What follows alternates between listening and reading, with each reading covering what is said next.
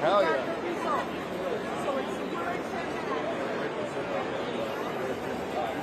Writers are just some of my favorite people. Writers living and dead, you know. I am who I am because of writers, and 80% of what I love about our culture comes from writers, never mind the thing that I do for a living. Reading writers come up with that, and that's the thing that writers do. They push the culture forward, and they're constantly reinventing. I think there are concerns that we all have. I think we're puzzled by them. I think we don't really believe that a robot can write something that will be as compelling as what a human being could write. In the same way,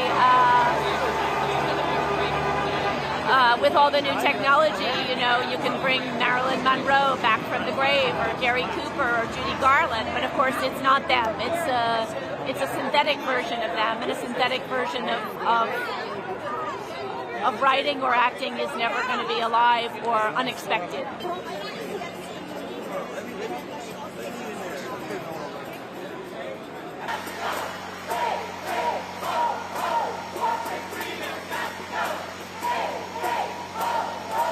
A lot of them have to deal with the whole issue of meeting rooms, you know, which is pre-green light rooms, pre-development rooms, they call them, where writers are brought in for a very short amount of time for a very small amount of money and expected to crank out episodes, sometimes all the episodes of the series, and then are basically dismissed and not brought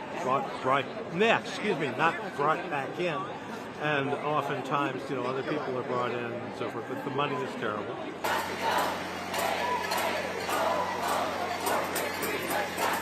You know, I understand the fact that there's a lot more television being produced, per se, and there's a smaller field of writers, but there's no cultivation of those writers. There's no, in the old days, you get into a room and you'd learn. I mean, you'd learn the craft from the older, more experienced writers who would work with you, and you'd learn how that's all done, and you would progress up through the system. And they're trying to eliminate that. And it's just, they're cutting off their noses to spite their faces. Corporate greed has got to go. Hey, hey, ho, ho. Corporate greed has got to go. Hey, hey, ho, ho. Corporate greed has got to go. Our mentality. We just go. And then you have the whole other aspect of artificial intelligence, which is a real problem, and which they have rejected our proposals on so far, because we've been saying, look, you know, writers, it actually says it in the minimum basic, in the agreement in the MBA, it actually says writers are human beings. We're trying to get that across, but we're also trying not to let them, I mean, we're not totally against AI, there are ways in which it can be useful, but too many people are using it against us and using it to create mediocrity. They're also in violation of copyright. They're also plagiarizing other people's stuff. It's a problem.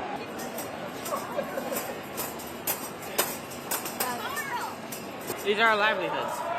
You know, I'm about to get married and start a family, and right now I can't find work that can sustain that life in a way that's meaningful and lasting, and that feels important.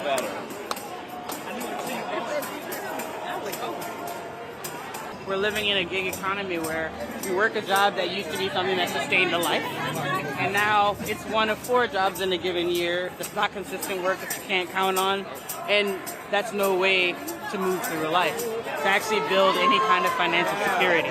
It used to be financially secure to be a writer, and that's no longer true, and they're trying to make sure that that remains untrue.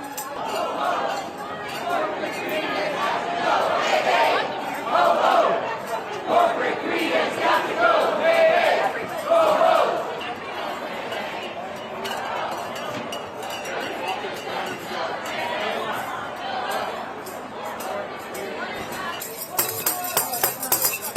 Who's got the power? We've got the power.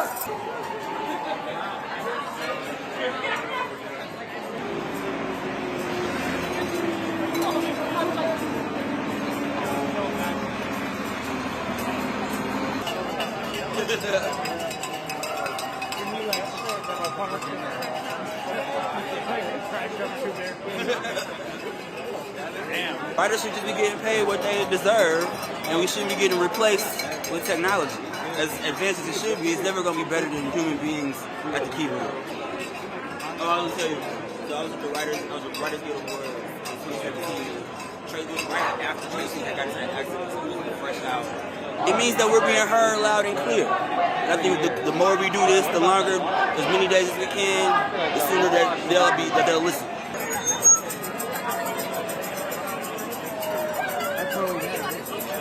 On the west or east side? West.